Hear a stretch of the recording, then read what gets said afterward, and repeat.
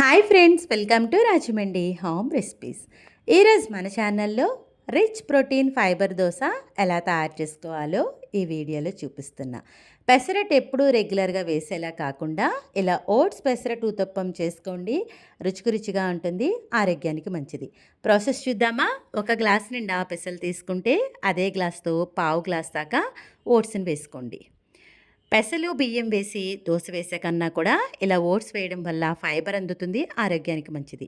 శుభ్రంగా కడిగేసి ఫ్రెష్గా నీళ్ళు వేసి 6 గంటల పాటు నానబెట్టండి. నానిన పెసలను ఓట్స్ని మిక్సీ జార్లో వేసుకుని గ్రైండ్ చేసుకోవాలి. ఊతప్పానికి గ్రైండ్ చేసేటప్పుడు నీళ్ళు మరి ఎక్కువగా వేయకూడదండి, కాస్త తక్కువ వేసుకుని తిక్కగానే బ్యాటర్ని గ్రైండ్ చేసుకోండి. గ్రైండ్ చేసుకున్న బ్యాటర్ని ఒక బౌల్లోకి వేసుకుని పిండిని బాగా కలిపేసి అవసరాన్ని బట్టి కొద్దిగా నీళ్ళు వేసి పిండిని కలపండి.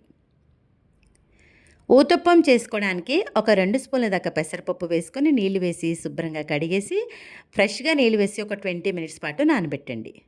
పిండిలోకి రుచికి సరిపడ ఉప్పు, పావు స్పూన్ దాకా పసుపు, పావు స్పూన్ దాకా గరం మసాలా వేసుకోండి. ఈ స్పైసెస్ అంతా కూడా బాగా కలిసేలాగా కలిపేసుకోవాలి. దీంట్లోకి జీలకర్రని 2 హ్యాండ్స్ మధ్యలో పెట్టి క్రష్ చేసి వేసేసుకోండి. అవసరం అనుకుంటే మరికొద్దిగా నీళ్ళు వేసి బ్యాటర్ని అడ్జస్ట్ చేసుకోండి. బ్యాటర్ మటుకు ఈ విధంగా తిక్కగానే ఉండాలి.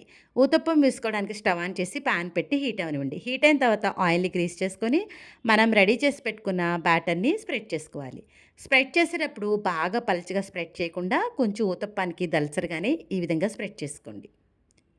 ఇలా ఈవెన్గా అంతా స్ప్రెడ్ చేసిన తర్వాత నానబెట్టుకున్న పెసరపప్పుని పైన స్ప్రింకిల్ చేసేసుకోండి. కట్ చేసి పెట్టుకున్న ఉల్లిపాయ ముక్కలు, క్యారెట్ ముక్కలు, గార్నిషింగ్ ఇష్టమండి, ఏమైనా వేసుకోవచ్చు. నేను ఇక్కడ పచ్చిమిర్చి ప్లేస్లో చిల్లీ ఫ్లేక్స్ వేస్తున్నా, మీరు కావాలనుకుంటే పచ్చిమిర్చి కూడా వేసేసుకోవచ్చు.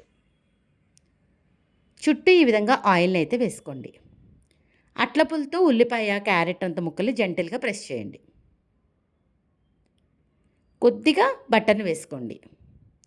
అలానే సన్నగా కట్ చేసి పెట్టుకున్న కొత్తిమీర కూడా వేసుకుని మూత పెట్టేసి లో టు మీడియం ఫ్లేమ్లో పెసరట్ని కాలనివ్వాలి.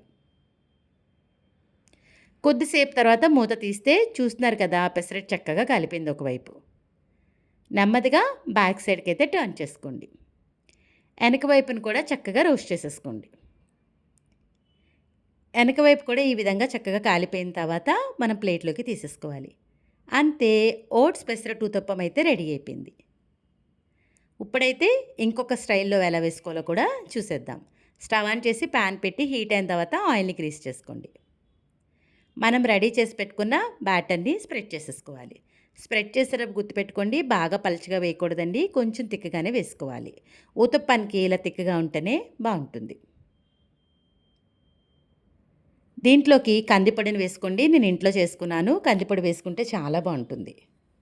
నానబెట్టుకున్న పెసరపప్పు, అలానే చిల్లీ ఫ్లేక్స్ కూడా వేసేసుకుంటున్నా. కట్ చేసి పెట్టుకున్న ఆనియన్, అలానే క్యారెట్, మీ ఇష్టం అండి, పైన గార్నిషింగ్ ఏవైనా వేసుకోవచ్చు. కొంచెం కొత్తిమీర కూడా వేసేస్తున్నాను. కొద్దిగా బటర్ని కూడా వేసేసుకోండి. ఇలా వేసిన తర్వాత ఒక్కసారి గరిటెతోటి జెంటిల్గా ప్రెస్ చేసేసుకోండి. చుట్టూ ఆయిల్ వేసేసుకోవాలి. వేసిన తర్వాత మూత పెట్టేసి లో టు మీడియం ఫ్లేమ్లో పెసరట్ని కాలనివ్వండి. కొద్దిసేపు తర్వాత మూత తీస్తే పెసరట్ చక్కగా కాలింది కదా, నెమ్మదిగా బ్యాక్ సైడ్కి అయితే టర్న్ చేసుకుందాం. వెనక వైపు కూడా లో టు మీడియం ఫ్లేమ్లో పెట్టుకుని చక్కగా రోస్ట్ అనివ్వాలి. ఇలా రోస్ట్ అయిన తర్వాత ప్లేట్లోకి తీసేసుకోవడమే. అంతే, ఎన్నో ఆరోగ్య ప్రయోజనాలు ఉన్న ఓట్స్ పెసరట్ ఊతప్పం అయితే రెడీ అయిపోయింది. వీడియో నచ్చిందా? అయితే ఒక్క లైక్ ఇవ్వండి. మీరిచ్చే లైక్ వల్ల మన వీడియో ఇలాంటి మరికొంతమందికి అయితే చేరుతుంది. ఇంకెందుకు ఆలస్యం, మీరు కూడా ఈ ఓట్స్ పెసరట్ ఊతప్పం ట్రై చేసిన తర్వాత ఎలా వచ్చిందనేది మీ అమూల్యమైన ఫీడ్బ్యాక్ని నా కామెంట్ సెక్షన్లో తెలియజేయడం మర్చిపోవద్దు. మీ అందరికీ నా వీడియో నచ్చిందనే అనుకుంటున్నా. Thanks for watching my video. Please like, comment, share, subscribe my channel.